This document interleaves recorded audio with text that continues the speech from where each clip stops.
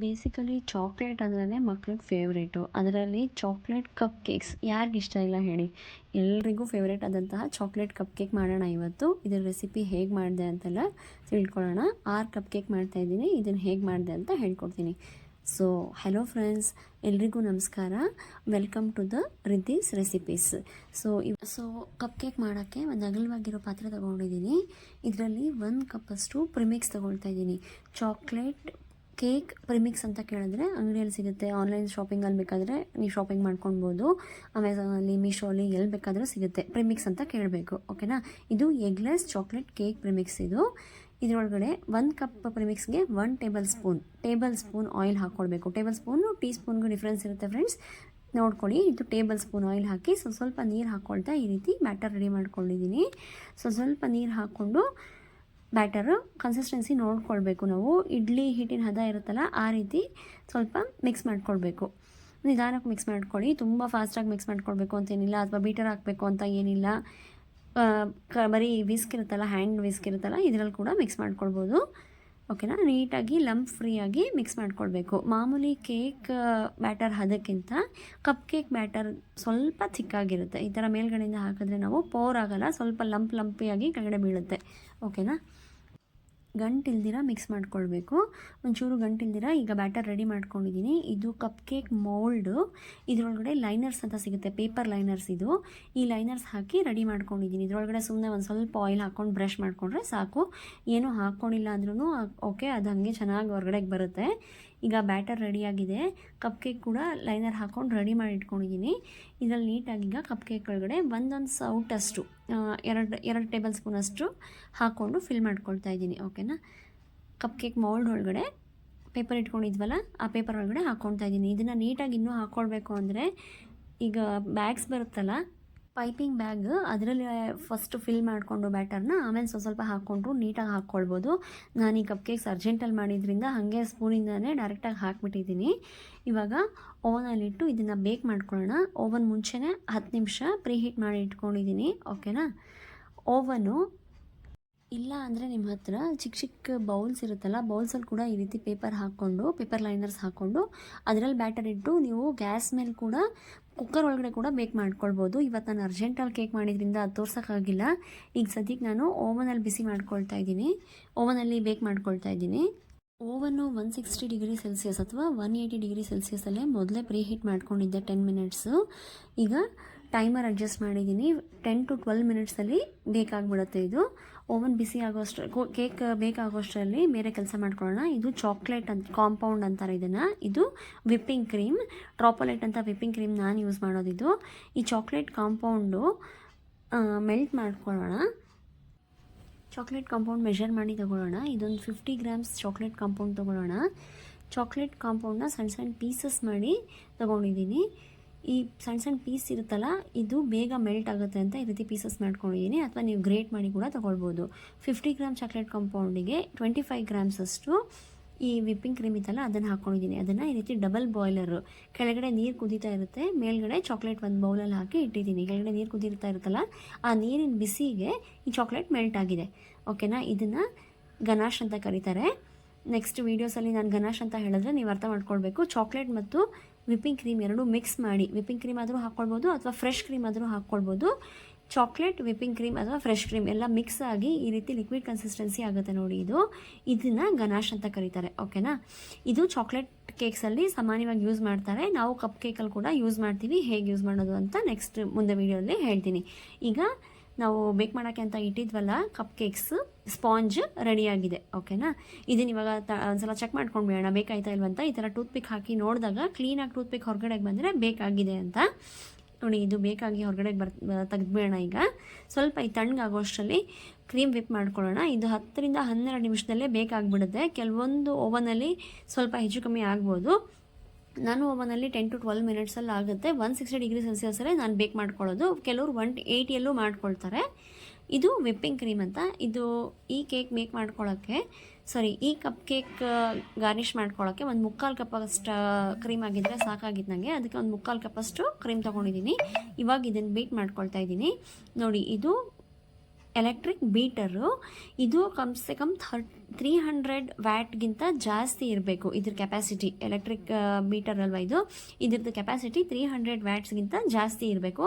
ಇದರಲ್ಲಿ 1 2 3 4 5 ಅಂತ 5ವರೆಗೂ ನಂಬರ್ಸ್ ಕೊಟ್ಟಿರ್ತಾರೆ.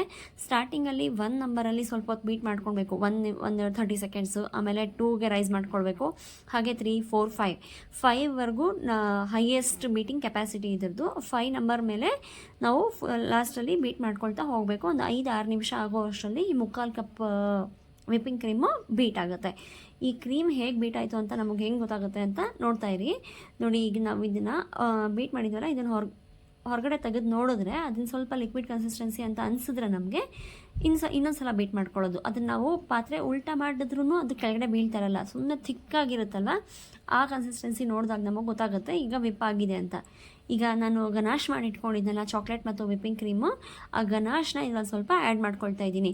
ಈ ಕ್ರೀಮು ಇನ್ನೂ ರಿಚ್ ಆಗುತ್ತೆ, ಚಾಕ್ಲೇಟ್ ಕೇಕಲ್ಲಿ ಇನ್ನೂ ತುಂಬ ರುಚಿ ಕೊಡುತ್ತೆ ಅಂತ ಈ ಕ್ರೀಮ್ಗೆ ಗನಾಶ್ ಆ್ಯಡ್ ಮಾಡ್ಕೊಳ್ಳೋದು. ಓಕೆನಾ, ಗನಾಶ್ ಆ್ಯಡ್ ಮಾಡಿಕೊಂಡು ಇನ್ನೊಂದು 30 ಸೆಕೆಂಡ್ಸ್ ಈ ರೀತಿ ಬೀಟ್ ಮಾಡ್ಕೊಳ್ತಾ ಇದ್ದೀನಿ. ಹೈ ಪೀಕ್ಸ್ ಬರುತ್ತೆ ಇದರಲ್ಲಿ, ಆಗ ನಮಗೆ ಕ್ರೀಮ್ ಬೀಟ್ ಆಗಿದೆ ಅಂತ ಗೊತ್ತಾಗುತ್ತೆ. ನೋಡಿ, ಈಗ ಕ್ರೀಮ್ ಬೀಟ್ ಆಗಿದೆ. ಈಗ ನಾವು ಬೀಟರ್ ಎತ್ತಿದ್ರೂ ಎತ್ತಕ್ಕೆ ಸ್ವಲ್ಪ ಕಷ್ಟ ಆಗುತ್ತೆ, ಆವಾಗ ನಮಗೆ ಗೊತ್ತಾಗುತ್ತೆ ಕ್ರೀಮ್ ಬೀಟ್ ಆಗಿದೆ ಅಂತ. ಇವಾಗ ಬೀಟ್ ಆಗಿದೆ. ಇವಾಗ ನಾವು ಗಾರ್ನಿಷಿಂಗ್ ಮಾಡ್ಕೊಳ್ಳೋಣ. ಕೇಕ್ ಸ್ಪಾಂಜ್ ತಣ್ಣಗಾಗಿದೆ, ಇದು ಕಪ್ ಕೇಕ್ಸ್ ಎಲ್ಲ ತಣ್ಣಗಾಗಿದೆ. ಗನಾಶ್ ರೆಡಿ ಇದೆ. ಮತ್ತು ಈ ಚಾಕ್ಲೇಟ್ ಒಳಗಡೆ ಗನಾಶ್ ರೆಡಿ ಮಾಡಿ, ವಿಪ್ಪಿಂಗ್ ಕ್ರೀಮ್ ಒಳಗಡೆ ಗನಾಶ್ ಮಿಕ್ಸ್ ಮಾಡಿ ಇಟ್ಕೊಂಡ್ವಲ್ಲ, ಇದನ್ನು ನಾವು ಮೌಸ್ ಅಂತ ಕರಿತೀವಿ.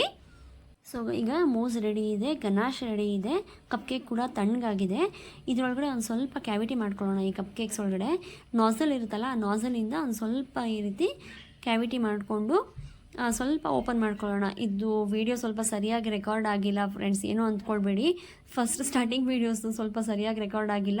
ಬರೋ ವೀಡಿಯೋಸಲ್ಲಿ ನಿಮಗೆ ತೊಂದರೆ ಆಗಿದ್ದೀರಾ, ನೀಟಾಗಿ ಹೇಳ್ಕೊಡ್ತೀನಿ. ಸ್ವಲ್ಪ ಈ ನಾಝಲಿಂದ ಓಪನ್ ಮಾಡ್ಕೊಳ್ತಾ ಇದ್ದೀನಿ. ನೋಡಿ, ಕಪ್ ಕೇಕಲ್ಲಿ ಸೆಂಟ್ರಲ್ ಕ್ಯಾವಿಟಿ ಮಾಡ್ಕೊಂಡಿದ್ದೀನಿ. ಈ ಕ್ಯಾವಿಟಿ ಒಳಗಡೆ ನಾವು ಗನಾಶ್ ಫಿಲ್ ಮಾಡ್ಕೊಳ್ಳೋದು. ಓಕೆನಾ, ತುಂಬ ರುಚಿಯಾಗಿರುತ್ತೆ. ನಾವು ಕಪ್ ಕೇಕ್ನ ಬಾಯಲ್ಲಿ ಹಾಕ್ಕೊಂಡಾಗ ಆ ಗನಾಶ್ ಬಾಯಲ್ಲಿ ಸಿಗುತ್ತೆ. ಮತ್ತು ಚಾಕ್ಲೇಟ್ ಮೋಸ್ ಇರುತ್ತಲ್ಲ, ತುಂಬ ಮಕ್ಕಳು ಸಂತೋಷವಾಗಿ ತಿಂತಾರೆ, ಇದನ್ನು ತುಂಬ ಖುಷಿ ಪಡ್ತಾರೆ. ಚಾಕ್ಲೇಟ್ ಅಂದರೆ ಮಕ್ಳಿಗೆ ಫೇವ್ರೇಟು. ನೋಡಿ, ಎಲ್ಲ ಕಪ್ ಕೇಕ್ ಒಳಗಡೆ ಈ ರೀತಿ ನೋಡಿ ಓಪನ್ ಮಾಡಿ ಈ ಥರ ಕ್ಯಾವಿಟಿ ಮಾಡ್ಕೊಂಡಿದ್ದೀನಿ. ಅದು ನಾಝಲ್ ಒಳಗಡೆ ಸಿಗಾಕೊಂಡಿತ್ತು, ಅದನ್ನು ಟೂತ್ ಪಿಕ್ಕಿಂದ ಹೊರಗಡೆ ತೆಗಿತಾ ಇದ್ದೀನಿ. ಗೊತ್ತಾಗ್ತಾ ಇದೆ ಅಲ್ವಾ? ಗೊತ್ತಾಗ್ತಾ ಇದೆ ಅಂತ ಅಂದ್ಕೊಳ್ತೀನಿ. ಸ್ವಲ್ಪ ಏನಾದರೂ ಹೆಚ್ಚು ಕಮ್ಮಿ ಅರ್ಥ ಆಗಿಲ್ಲ ಅಂದರೆ ನೀವು ಕಾಮೆಂಟ್ ಮಾಡಿ ತಿಳಿಸಿ, ನಾನು ನಿಮಗೆ ಮತ್ತೆ ಅಲ್ಲಿ ಎಕ್ಸ್ಪ್ಲೈನ್ ಮಾಡಿ ಹೇಳ್ಕೊಡ್ತೀನಿ ನೀಟಾಗಿ. ಈಗ ಈ ಕ್ಯಾವಿಟಿ ಮಾಡ್ಕೊಂಡಿದ್ದೀವಲ್ಲ, ಈ ಕ್ಯಾವಿಟಿ ಒಳಗಡೆ ಈ ಗನಾಶ್ ಫಿಲ್ ಮಾಡ್ಕೊಳ್ಳೋಣ. ಎಷ್ಟು ಜಾಸ್ತಿ ಗನಾಶ್ ಫಿಲ್ ಮಾಡಿಕೊಂಡ್ರೆ ಅಷ್ಟು ರುಚಿಯಾಗಿರುತ್ತೆ. ಒಂದು ಅರ್ಧ ಸ್ಪೂನಷ್ಟು ಆ ಕ್ಯಾವಿಟಿಯಲ್ಲಿ ಎಷ್ಟು ಫಿಲ್ ಆಗುತ್ತೋ ಅಷ್ಟು ಫಿಲ್ ಮಾಡ್ಕೊಳ್ಳೋಣ. ಅರ್ಧ ಸ್ಪೂನ್ 1 ಸ್ಪೂನಷ್ಟು ಫಿಲ್ ಆಗುತ್ತೋ ಅಷ್ಟು ಫಿಲ್ ಮಾಡ್ಕೊಳ್ಳೋಣ. ಎಲ್ಲನೂ ಇದೇ ರೀತಿ ಫಿಲ್ ಮಾಡ್ಕೊಳ್ಳೋಣ. ಓಕೆನಾ, ಈ ಗನಾಶು ಮೋಸು ಆಲ್ಮೋಸ್ಟ್ ಎಲ್ಲ ಚಾಕ್ಲೇಟ್ ಕೇಕ್ಸಲ್ಲೂ ಯೂಸ್ ಆಗುತ್ತೆ. ಇದನ್ನು ಹೇಗೆ ಮಾಡಿದೆ ಅಂತ ಇನ್ನೂ ನೆಕ್ಸ್ಟ್ ವೀಡಿಯೋಸಲ್ಲಿ ಇನ್ನೂ ಸ್ವಲ್ಪ ಡೀಟೇಲಾಗಿ ಹೇಳ್ಕೊಡ್ತೀನಿ. ಇದರಲ್ಲಿ ಸ್ವಲ್ಪ ಮಿಸ್ಟೇಕ್ ಆಗಿದೆ, ದಯವಿಟ್ಟು ಕ್ಷಮಿಸಿ. ನೋಡಿ, ಈ ರೀತಿ ಎಲ್ಲ ಫಿಲ್ ಮಾಡ್ಕೊಂಡಿದ್ದೀನಿ. ಈ ಫಿಲ್ ಮಾಡ್ಕೊಂಡಿದ್ದಾದಮೇಲೆ ಈ ಕ್ಯಾವಿಟಿ ಹೊರಗಡೆ ತೆಗ್ದಿದ್ವಲ್ಲ, ಇದನ್ನೆಲ್ಲ ತಿನ್ಕೊಳಕ್ಕೆ ಹೋಗಬೇಡಿ. ಇದನ್ನು ಮತ್ತೆ ಅದ್ರ ಮೇಲೆ ಇಟ್ಟೇ ಕ್ಲೋಸ್ ಮಾಡಬೇಕಾಗುತ್ತೆ, ಆ ಕ್ಯಾವಿಟಿ ಕ್ಲೋಸ್ ಮಾಡಬೇಕಾಗುತ್ತೆ. ಈಗ ಈ ಬ್ಯಾಗ್ ಒಳಗಡೆ ಒಂದು N1 ಅಂತ ನಾಝಲ್ ಸಿಗುತ್ತೆ. ನಾಝಲ್ ಮೇಲ್ಗಡೆ ಬರೆದಿರುತ್ತೆ N1 ಅಂತ, 100 ನಾಝಲ್ ಅಂತ. ಆ ನಾಝಲ್ ಈಗ ಈ ಬ್ಯಾಗ್ ಒಳಗಡೆ, ಪೈಪಿಂಗ್ ಬ್ಯಾಗ್ ಒಳಗಡೆ ಹಾಕ್ಕೊಂಡು ಅದರೊಳಗಡೆ ಈ ಮೂಸ್ ರೆಡಿ ಮಾಡಿ ಇಟ್ಕೊಂಡಿದ್ನಲ್ಲ, ಅದನ್ನು ಫಿಲ್ ಮಾಡ್ಕೊತಾ ಇದ್ದೀನಿ. ಈ N1 ನಾಝಲೇ ಅಂತಲ್ಲ, ಯಾವ ನಾಝಲ್ ಬೇಕಾದರೂ ಹಾಕ್ಕೊಳ್ಬೋದು, ಯಾವ ರೀತಿ ಬೇಕಾದರೂ ಡಿಸೈನ್ ಮಾಡ್ಕೊಳ್ಬೋದು. ಇನ್ನು ಬರೋ ವೀಡಿಯೋಸಲ್ಲಿ ನಾನು ನಿಮಗೆ ಬೇರೆ ಬೇರೆ ರೀತಿಯಲ್ಲಿ ಈ ನಾಝಲ್ ಯೂಸ್ ಮಾಡಿ ಯಾವ ರೀತಿ ಫ್ಲವರ್ ಮಾಡೋದು ಎಲ್ಲ ಹೇಳ್ಕೊಡ್ತೀನಿ ನೆಕ್ಸ್ಟ್ ವೀಡಿಯೋಸಲ್ಲಿ. ಈಗ ನೋಡಿ, ಈ ಕ್ಯಾವಿಟೀಸ್ನ ತೆಗ್ದಿದ್ವಲ್ಲ ಹೊರಗಡೆ, ಆ ಸ್ಪಾಂಜ್ ಮತ್ತೆ ಅದ್ರ ಮೇಲೆ ಇಟ್ಟು ಕ್ಲೋಸ್ ಮಾಡ್ಕೊಳ್ತಾ ಇದ್ದೀವಿ. ಡಬ್ಬಕ್ಕೆ ಮುಚ್ಚಿದಂಗೆ ಅದನ್ನು ವಾಪಸ್ ಮುಚ್ತಾ ಇದ್ದೀವಿ. ಗನಾಶ್ ಹಾಕಿದ್ವಲ್ಲ, ಅದನ್ನು ವಾಪಸ್ ಮುಚ್ತಾ ಇದ್ದೀವಿ. ಓಕೆನಾ, ಇದಾದಮೇಲೆ ಈ ಕ್ರೀಮ್ ರೆಡಿ ಮಾಡಿ ಇಟ್ಕೊಂಡಿದ್ದಲ್ಲ, ಅದರಿಂದ ಒಂದು ರೋಸೆಟ್ ಮಾಡ್ಕೊಳ್ತಾ ಇದ್ದೀನಿ.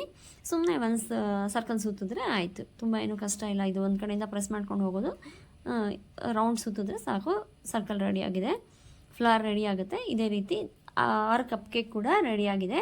ನಿಮ್ಮ ಹತ್ರ ಈ ಲೈನರ್ ಇಲ್ಲ ಅಂದರೆ ನೀವು ಬೌಲಲ್ಲಿ ಕೂಡ ಬೌಲಲ್ಲಿ ಕಪ್ ಕೇಕ್ ಮೌಲ್ಡ್ ಇಲ್ಲ ಅಂದರೆ ಬೌಲಲ್ಲಿ ಕೂಡ ಮಾಡ್ಕೊಳ್ಬೋದು, ಅಷ್ಟೇ ಚೆನ್ನಾಗಾಗುತ್ತೆ. ಮನೇಲಿ ತಿನ್ನೋಕ್ಕೋಸ್ಕರ ಯಾವುದಾದ್ರೂ ಓಕೆನೆ. ಕಪ್ ಕೇಕ್ ಮೌಲ್ಡ್ ಎಲ್ಲ ಇಲ್ಲ ಅಂದರೆ ಹಂಗೆ ಮಾಡ್ಕೊಳ್ಬೋದು. ಈಗ ಇದು ಚೋಕೋ ಚಿಪ್ಸ್ ಅಂತ. ಈ ಚೋಕೋ ಚಿಪ್ಸ್ ಒಂದು ಸ್ವಲ್ಪ ಮೇಲ್ಗಡೆ ಹಾಕ್ಕೊಂಡು ಗಾರ್ನಿಷ್ ಮಾಡ್ಕೊಳ್ತಾ ಇದ್ದೀನಿ. ಮಕ್ಕಳಿಗೆ ಚಾಕ್ಲೇಟ್ ಫುಲ್ ಖುಷಿ ಆಗಿಬಿಡ್ತಾರೆ. ಒಳಗಡೆನೂ ಚಾಕ್ಲೇಟ್ ಫಿಲ್ ಮಾಡ್ಕೊಂಡಿದ್ದೀವಿ ಗನಾಶಿಂದ, ಅದು ಚಾಕ್ಲೇಟಿ ಟೇಸ್ಟು. ಇದು ಮೇಲ್ಗಡೆ ಚೋಕೋ ಚಿಪ್ಸ್ ಹಾಕ್ಕೊಳ್ತಾ ಇದ್ದೀವಲ್ಲ, ಗಾರ್ನಿಷ್ ನೋಡೋಕ್ಕೂ ಚೆನ್ನಾಗಿ ಕಾಣಿಸುತ್ತೆ, ಹಾಗೆ ಮಕ್ಕಳು ಖುಷಿ ಆಗ್ತಾರೆ ಇದರಿಂದ. ಇದು ವರ್ಮಿಸೆಲಿ ಅಂತ ಉದ್ದುದ್ದಕ್ಕೆ ನೂಡಲ್ಸ್ ಥರ ಸಿಗುತ್ತೆ ಇದು ಕೂಡ ಚಾಕ್ಲೇಟ್ ಫ್ಲೇವರೇ. ಅದನ್ನು ಸ್ವಲ್ಪ ಮೇಲ್ಗಡೆ ಹಾಕ್ಕೊಳ್ತಾ ಇದ್ದೀನಿ. ಈ ರೀತಿ ಗಾರ್ನಿಷ್ ಮಾಡ್ಕೊಳ್ಬೋದು. ನಮ್ಮ ಇಷ್ಟ, ಏನು ಹಾಕ್ಕೊಂಡಿಲ್ಲ ಅಂದ್ರೂ ಹಾಗೆ ನಡೆಯುತ್ತೆ. ಅಥವಾ ಗೋಲ್ಡನ್ ಸ್ಪ್ರಿಂಕಲ್ಸ್ ಸಿಗುತ್ತೆ, ಅದನ್ನು ಬೇಕಾದರೂ ಹಾಕ್ಕೊಳ್ಬೋದು.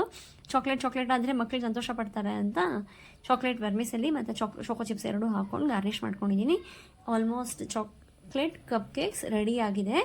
ಇನ್ನೂ ನಮ್ಮ ವೀಡಿಯೋಸ್ ನಮ್ಮ ಚಾನಲಲ್ಲಿ ಮುಂದೆ ಬರ್ತಾ ತುಂಬ ಕೇಕ್ಸ್ ಮಾಡೋದು ಹೇಳ್ಕೊಟ್ಟಿದ್ದೀನಿ. ವೆರೈಟಿ ಆಫ್ ಡಿಸೈನ್ಸ್ ಆ್ಯಂಡ್ ಇದನ್ನೆಲ್ಲ ನೋಡೋಕ್ಕೆ ಚಾನಲ್ ಸಬ್ಸ್ಕ್ರೈಬ್ ಮಾಡ್ಕೊಳ್ಳಿ. Thank you.